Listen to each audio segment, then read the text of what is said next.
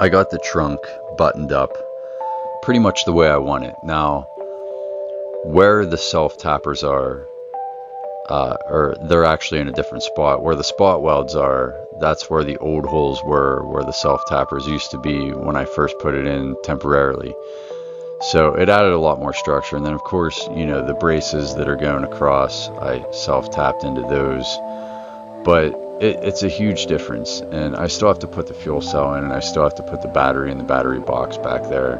And I'm going to weld and mount brackets for those as well. But also, I guess I should add, I'm going to paint it, and I'm going to put, some kind of padding or like Dynamat, something to, deaden out the sound, because it's going to rattle and it's going to make noise when I'm driving down the road, and I really don't.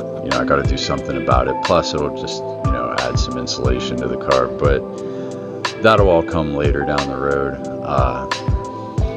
But for what it is, it's going to serve its purpose, and I'm cool with it for now. It could have been a lot better, but you live and you learn. I'm just doing what I can. And also, I had, a friend of mine gave me these U-bolts that he wasn't using. They're from an old project, and they're short. They're shorter than the ones that used to be on this car. I was gonna just use those, but they're really long because, the original axle was, flipped up in the leaf springs with a lowering block. So of course they had to be a lot longer.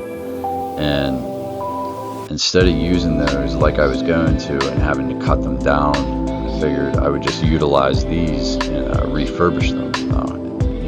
They're pretty rusty, but they still have their structural integrity, completely. There's nothing wrong with them. They just have some surface rust. So I sanded them and wiped them down with some acetone and painted them.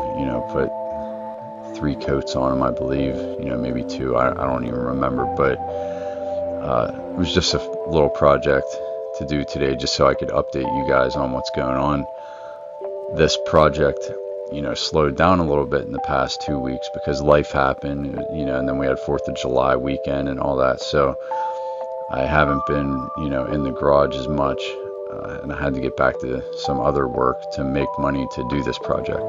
But I guess I'll say, a big thing that's going on right now currently is I came across a 58 Chevy Bel Air, and I bought it. Now it's paid for, and I'm picking it up tomorrow. After you see this video released, I'm picking it up. I don't have any pictures of it in this video or anything like that. This is a completely different project. I'm not doing anything to it, maybe a couple little things, but it's not going to be like a build series or anything like that. But I will, show you in possibly the next video, or I'll just make a video of it on its own. I don't want it to be part of this series. This is going to be about the 48 Dodge. It's not a 58, Bel Air. But I'm excited about it, and also, I guess,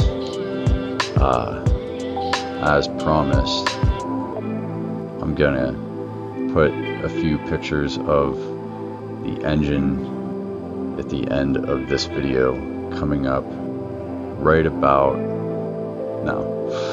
So this is the engine. It's just a small block 350. I'm super stoked about it. I love it. I love everything about it. This is how I wanted it to be for the gasser.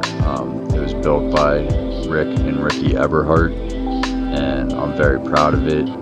We just have to wrap the headers and do a couple other little things, but all in all, that's not going to be going in for quite some time. So stay tuned for future episodes, because there's going to be a lot more until this thing's wrapped up. But thanks for watching, and we'll see you on the next one.